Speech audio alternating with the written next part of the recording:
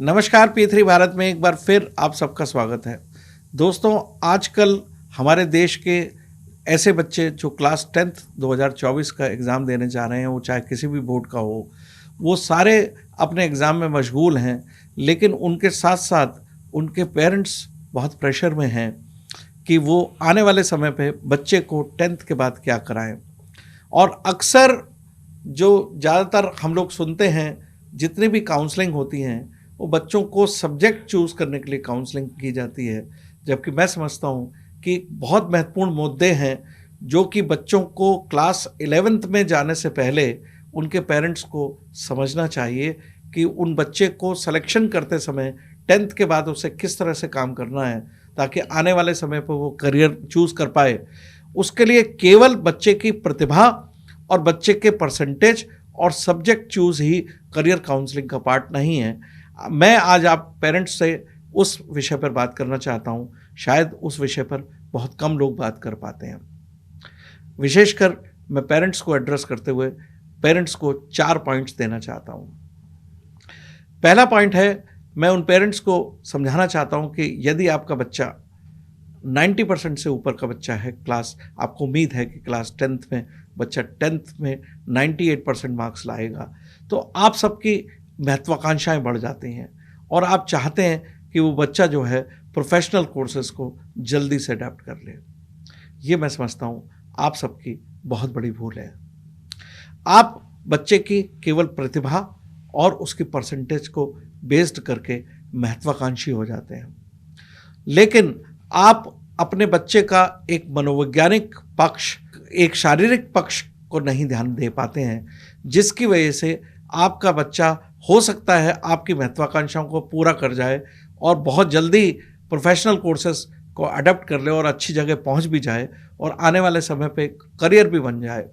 लेकिन वो बच्चा हिडन रूप से अपनी हेल्थ खो चुका होगा या वो साइकोलॉजिकली वीक हो चुका होगा और उसको स्ट्रेस लेवल पे होगा, उस पर आपका ध्यान नहीं जाता है। तो मैं आप सबसे बात केवल बच्चों के सब्जेक्ट्स या फील्ड चुनने के बारे में ना सोचते हुए सबसे पहला आपका ध्यान आकर्षित करना चाहूँगा कि आप अपने बच्चे को क्लास 11th में, चाहे वो किसी भी परसेंटेज का बच्चा हो, चाहे वो स्कॉलर हो, उस बच्चे को आप स्कूलिंग ना छुड़वाएं। अब आपको ऐसा लगेगा कि मैंने ऐसी बात कह दी है जो कहीं आपको भीड़ तंत्र में ये खराब सी नज़र आएगी या गलत सी नज़र आएगी कि आप किस तरह की बात कह रहे हैं कि हज़ारों लाखों लोग जो है करियर के लिए क्लास 10th के बाद ही कोचिंग्स का सहारा ले देते हैं। तो दोस्तों, मैं आपको बताना चाहता हूं कि आप भीड़ चाल में ये सब ना करिए। उससे आप अपने बच्चे का एक बहुत बड़ा नुकसान करने जा रहे हैं और वो उस बच्चे के 2 नुकसान आपके सामने होंगे। एक तो उसका हेल्थ का नुकसान होगा, एक उसका इमोशनल पार्ट पर नुकसान होगा, जो आने वाले समय पर आप सबको भी भुगतना पड़ेगा। अक्सर आप सुनते हैं कि जब बच्चे काफ़ी कुछ करियर सेलेक्ट कर लेते हैं और बहुत अच्छी सफलता में पहुंच भी जाते हैं और अच्छी पोजीशन भी पा लेते हैं, लेकिन 35 साल की एज तक आते आते वो काफ़ी बीमारियों से घिर गए होते हैं।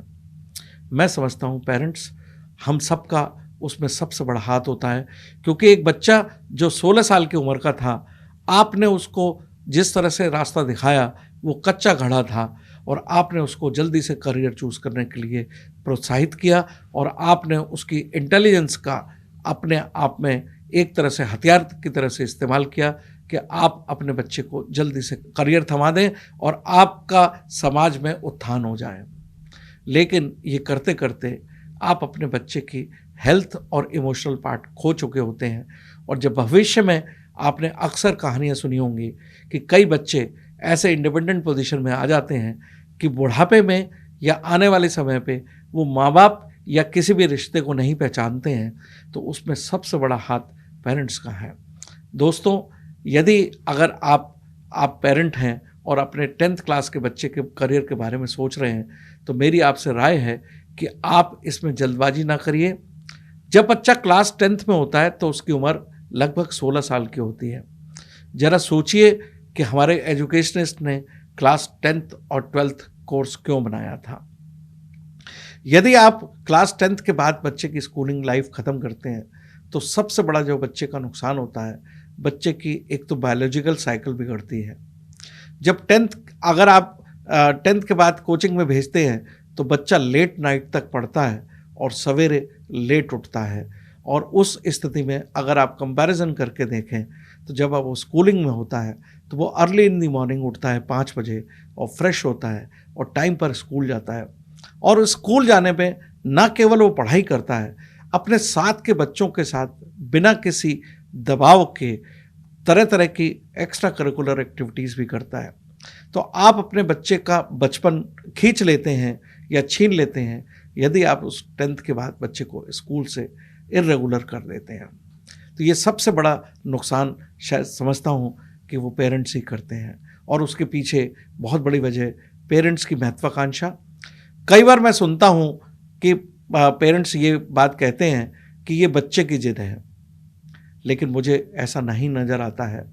यदि आप पेरेंट की हैसियत से अपने बच्चे को साइकोलॉजिकली बता सकें कि उसके बच्चे की हेल्थ के क्या नुकसान होंगे और वो बच्चा स्ट्रेस लेवल कैसे फेस करेगा, और वो अभी इतना मैच्योर भी नहीं है, 16 साल की एज में आप उसको मैच्योर कर देते हैं, और जब इस मैच्योरिटी के बाद वो कहीं बाहर आपसे दूर चला जाता है तो उसके 2 तरह के नुकसान भी हो सकते हैं। ऐसे कई बच्चे हैं जो अपना रास्ता भटक जाते हैं टीन एज में, और उसके पीछे भी मैं समझता हूँ कि माँ बाप की महत्वाकांक्षा होती है। मुझे लगता है कि मेरे पेरेंट्स को ये बात मेरी समझ में आ रही होगी कि यदि आप अपने बच्चे को 98% वाले बच्चे की ये एक गलती मानते हैं कि वो इंटेलिजेंट है और आप उसको जल्दी से जल्दी प्रोफेशनल कोर्स की तरफ भेजना चाहते हैं, तो मैं समझता हूँ उसका दोष नहीं है, उसमें दोष आप सबका होगा। यदि आप मेडिकल लाइन से के एंगल से सोचें तो हमारे देश की जो ज्योग्राफिकली पोजीशन है, तो आप अपने देश की भौगोलिक स्थिति को देखते हुए अगर बच्चे को कोचिंग सेंटर में भेजते हैं तो बच्चे को 11th क्लास से 2 तरह के स्ट्रेस फेस करने होते हैं। एक, उसको एक कोचिंग की तैयारी करनी है, उसको कॉम्पिटिटिव एग्ज़ाम की तैयारी करनी है। दूसरा, उसको रेगुलर क्लास 11th और 12th का एग्ज़ाम पास करना है। ये शायद आप अपनी लाइफ में नहीं करते थे। आपके पेरेंट्स ने आपके ऊपर ये दबाव नहीं रखा था।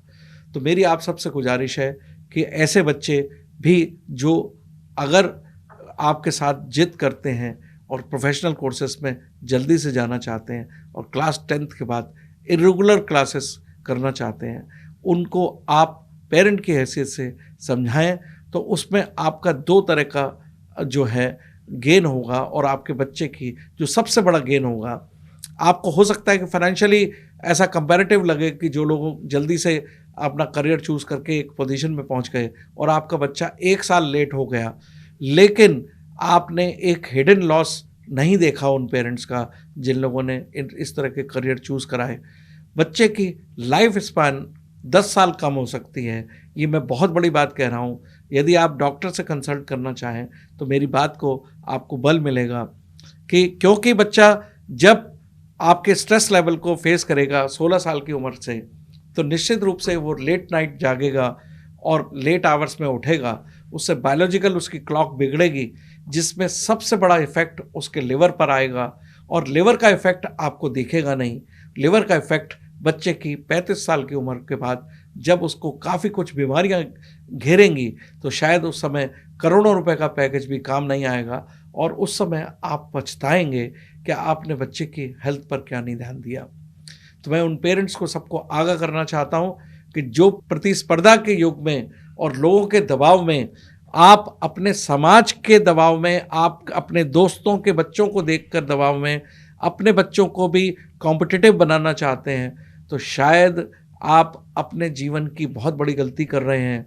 उस गलती को सुधारने के लिए मेरी बात को गौर से सुनिए कि आप अपने सारे बच्चों को जो बच्चे क्लास 10th पास कर रहे हैं उनको 11th और 12th रेगुलर कराइए, उनका बचपन ना छीनिए। एक और फ़ायदा होता है, जब बच्चा स्कूल जाता है तो एक्स्ट्रा करिकुलर एक्टिविटीज़ में भी उसका ओवरऑल मेंटल डेवलपमेंट होता है। आप अगर उसको प्रोफेशनल कोर्सेज में भेज देते हैं तो आप एक तरह से अपने बच्चे को 16 साल की उम्र में ही मैच्योर बना देते हैं।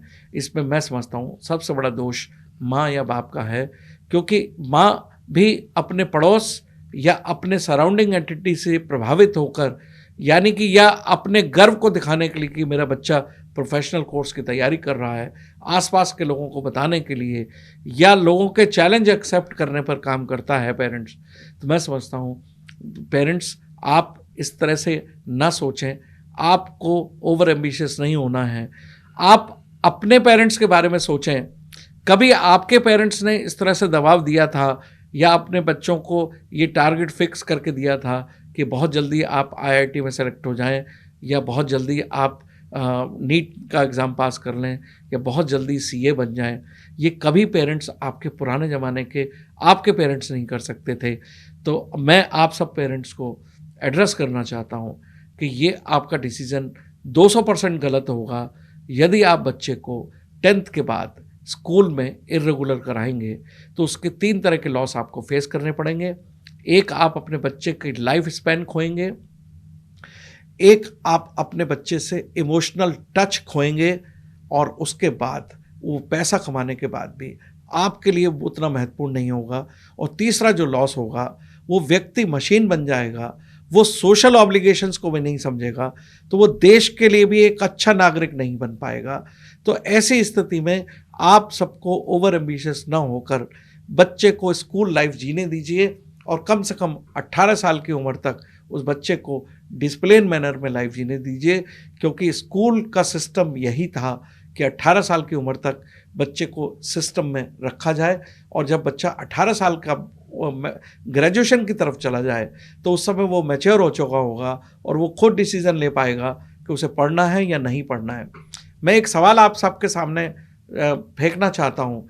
क्या आपने कभी ग्रेजुएशन और स्कूलिंग में फ़र्क समझने की कोशिश की? स्कूलिंग में टाइम टेबल रखा जाता है और उसमें कोर्स कराया जाता है, उसमें अटेंडेंस ली जाती है और उसमें होमवर्क कराया जाता है, जबकि ग्रेजुएशन में इस तरह का चीज़ें नहीं की जाती हैं। वो सारे बच्चों पे छोड़ा जाता है। उसके पीछे मकसद ही यही था कि बच्चा 18 साल का हो चुका होता है 12th के बाद, वो अपना सही और गलत खुद चुन सकता है। लेकिन 18 साल तक की उम्र तक वो टीन एज में होता है, और एक ऐसी एज होती है जिसमें बच्चे को बाहर, आपके संरक्षण से बाहर जाने पर कुछ सराउंडिंग एंटिटी भी बिगाड़ सकती हैं। वो लॉस ना तो कभी जीवन में आप रिकवर कर पाएंगे और ना ही उस स्थिति में बच्चे को लौटा पाएंगे ओरिजिनल पोजीशन में। और तो ऐसी स्थिति में आप खतरा मोल लेते हैं जब बच्चे को आप प्रोफेशनल कोर्सेज की तरफ बाहर भेजते हैं। तो मेरा पेरेंट्स से गुजारिश है कि मैं बच्चों से अलग बात करूंगा, लेकिन सबसे पहला इम्पॉर्टेंट बच्चों के करियर चूज़ करने में सबसे जो इम्पॉर्टेंट रोल होता है वो पेरेंट्स का होता है। और मैं समझता हूँ पेरेंट्स इतने साइकोलॉजिकली स्ट्रांग नहीं हैं। वो केवल सब्जेक्ट और स्ट्रीम चूज़ करने में ही मदद करते हैं या उसके कलेवर के हिसाब से देखते हैं, लेकिन ओवरऑल बच्चे का क्या नुकसान या क्या फ़ायदा है वो पेरेंट्स की तरफ नहीं जाता है, क्योंकि पेरेंट्स भी अपने आसपास के लोगों से प्रभावित होते हैं। तो मेरी आज सब पेरेंट्स से गुजारिश है, देश के सारे पेरेंट्स से गुजारिश है, ऐसे पेरेंट्स जो अपने बच्चे के क्लास 10th के एग्ज़ाम को देख रहे हैं, उनको सोचने के लिए ये मजबूर होना चाहिए कि कम से कम 2 साल और बच्चे को दें, जो अपने करियर को चूज़ करने के लिए और दुनिया को देखने के लिए, अपनी आंखों से दुनिया को देखने के लिए, और सब्जेक्ट चूज़ करने में हम फर्दर आगे बात करेंगे। सब्जेक्ट चूज़ करना अलग बात है और 11th में रेगुलर करना अलग बात है। आज मैंने आप सबसे बच्चे के करियर में केवल रेगुलर क्लास के लिए बात की है। सब्जेक्ट के बारे में बात हम बच्चों के साथ करेंगे और बच्चों को समझाएंगे कि उनको किस तरह से सब्जेक्ट चुनना चाहिए। आज का मेरा एपिसोड पेरेंट्स के लिए है, और पेरेंट के लिए मेरा क्लियर कट मैसेज है कि यदि आप ओवर एम्बिशियसली बच्चे को 11th इरेगुलर कराते हैं तो मैं समझता हूँ आप अपने बच्चे का इनडायरेक्टली बहुत बड़ा नुकसान कर रहे हैं। एक तरफ आपको फाइनेंशियली प्रॉफिट नज़र आ सकता है, पोजीशन वाइज प्रॉफिट नज़र आ सकता है, लेकिन जो हिडन लॉस है बच्चे का, उस लॉस को आप कभी अपने जीवन में रिकवर नहीं कर पाएंगे। मुझे उम्मीद है मेरी बात पेरेंट्स को समझ आएगी। अपने बच्चों को क्लास 10th के बाद स्कूलिंग में ही रखेंगे और ओवर एम्बिशियसली नहीं करेंगे, और उन बच्चों को ये एडवाइस करेंगे कि उन्हें 12th पास करना चाहिए रेगुलर मैनर में। हायर एजुकेशन के लिए 12th के बाद डिसाइड करेंगे। धन्यवाद।